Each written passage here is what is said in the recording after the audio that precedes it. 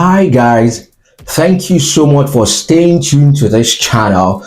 Today's video is going to be really exciting because I'm going to be saying something that is really dear to my heart, and I believe that someone is going to really benefit from this video as we go on. I'm going to be sharing about my personal experience on how I got a professional sales job in the UK. Coming from Nigeria, you're currently thinking about, if you get into the UK, will you be able to get, this kind of opportunity? So if you're in that kind of situation, this video is going to really, really be exciting and, really informational for you and really benefit you. So stay tuned to this and listen to some of the things I have to say about my personal experience. So before I left Nigeria, I used to work with a sales, a medical equipment company where we used to sell a lot of top medical products for some top brands in Nigeria. So I knew that coming into the UK, this was something that I wanted to do as well, to move into that space as a salesperson. So when I say professional sales job now, someone will be wondering, what does that mean? A professional sales job in this case is the kind of sales job where they give you like salary, they give you commission. Sometimes you have opportunities for trainings, they give you car allowance. So it's the kind of sales job that can afford you the kind of life that you really want. So it's not the kind of job that, you're thinking about, maybe it's all those kind of sales job where they'll tell you to go to the street and you're looking for customers everywhere and they won't even pay you salary. And at the end of the month, they'll tell you it's whatever you bring in that you earn. No, that's not what I mean. And in the UK, there are a lot of those kind of opportunities that are open, especially in the IT sales, insurance, medical equipment, pharmaceutical equipment, scientific, sales, telecommunications. There are a lot of those kind of roles that are open in all those areas. You see something like inside sales, or things like field sales, or account manager, or sales executive, or sales manager, or senior sales executive. So there are those kind of roles in that field like that you can leverage on. So it varies, depending on the industry that you're thinking about. Someone was talking to me recently who happened to be like a mentor to me in the UK as well. And it was one of the people that really also encouraged me, in this pursuit as well. He was telling me of how he went for an interview recently, and it was with Amazon Web Services. And the job was almost in the range of 200 plus, 200,000, 250,000 pounds. I was really, really excited, like when he told me about that job. So I was like, so there's a job in this field or in this space that can give you as much as this. So that tells you that it's that kind of job that also pay well. You can earn from as low as 30,000 pounds up to over 100,000 pounds. So it's a lucrative, space where you can get, high revenues as well in the UK. And so that's why I'm making this video, because I know that, it's something that it's eye-paying, and a lot of people might not be thinking about it, but, there are a lot of opportunities in it. So coming into the UK, I started researching about some of the companies, that, went into sales in the UK. Because I was selling for a distributor in Nigeria that was distributing for some of the top brands. So what I was doing was that some of those top brands, I ensured that those were the companies that I was focused on. So on LinkedIn, first thing that I did was I changed my location, because I knew that that was something that was going to give me an edge. So a few weeks into coming into the UK, I changed my location and I started applying to some of these companies. Then the second thing I did was that before coming, I ensured that I got my international driving license, because I knew this was always like a prerequisite for a lot of the companies, especially if it's a field sales job where you're going to be interfacing with customers. So I got my international driving license that was going to, offer me the opportunity to drive for a year. So I got it before coming into the UK. Then the third thing was that in my CV, like I said, I indicated the names of the product that I had sold, because I was applying to these brands and I knew that they were going to be looking out for this. And even some of their competitors, I knew they were going to be looking out for this. So I ensured that I indicated it in the CV that I was putting out there, so that they know that I'm someone that has some form of, background or knowledge in what they have done.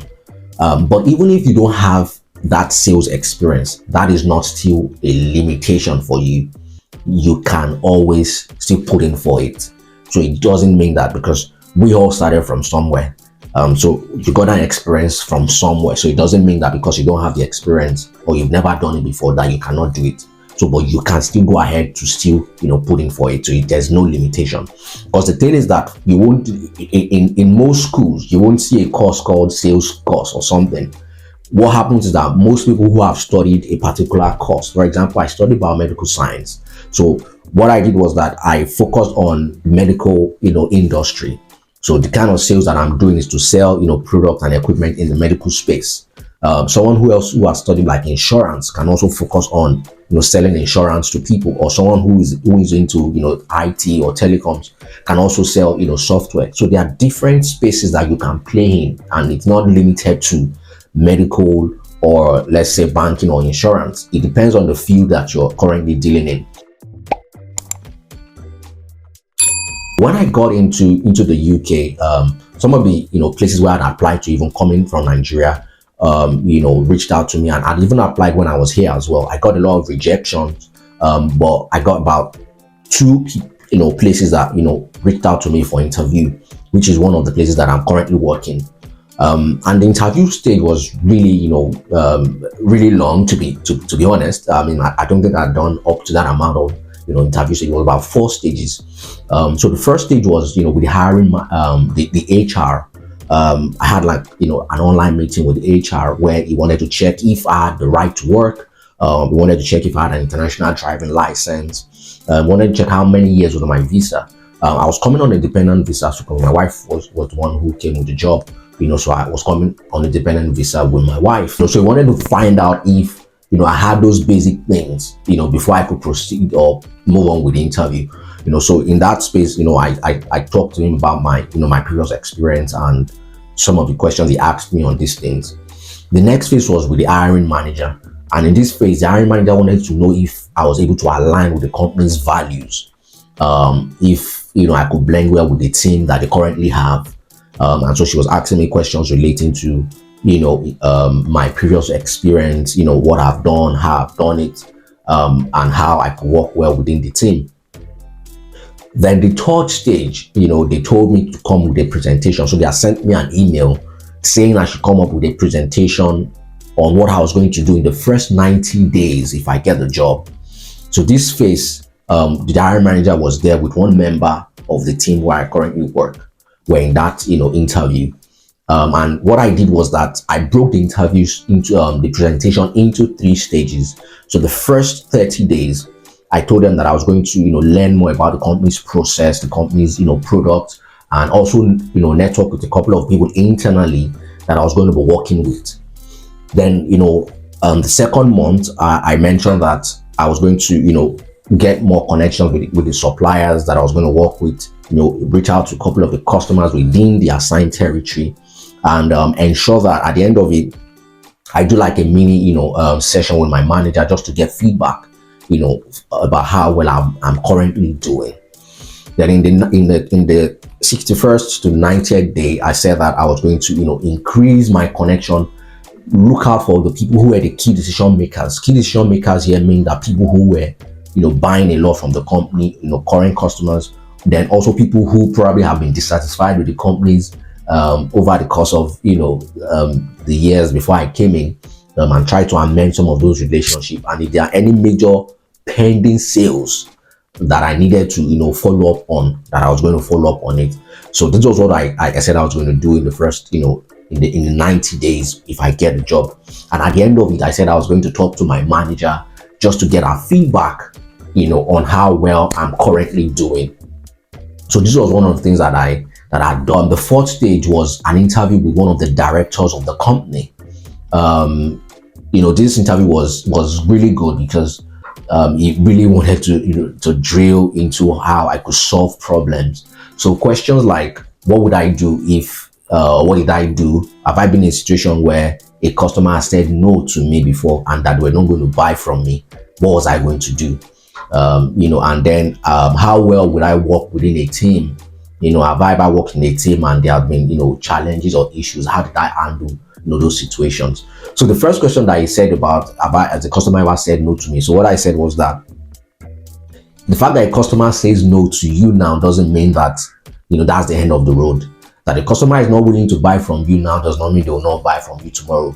So the most important thing is that you continue to, build a strong relationship with the customer.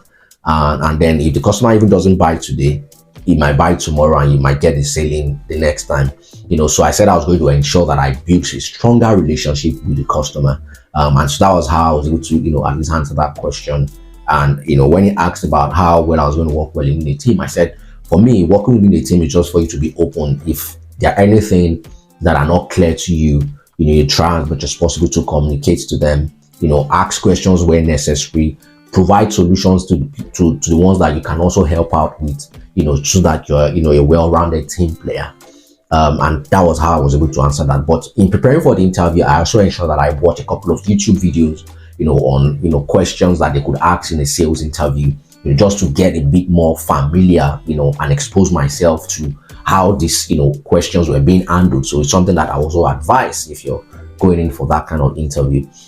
So, but in summary, after, going through those stages, I'd waited for like a couple of weeks before they got back to me. I didn't hear from them for like 2 or 3 weeks, and I was really worried and I was wondering what had happened. I sent messages or emails to the manager, to the hiring manager, but no one responded to me.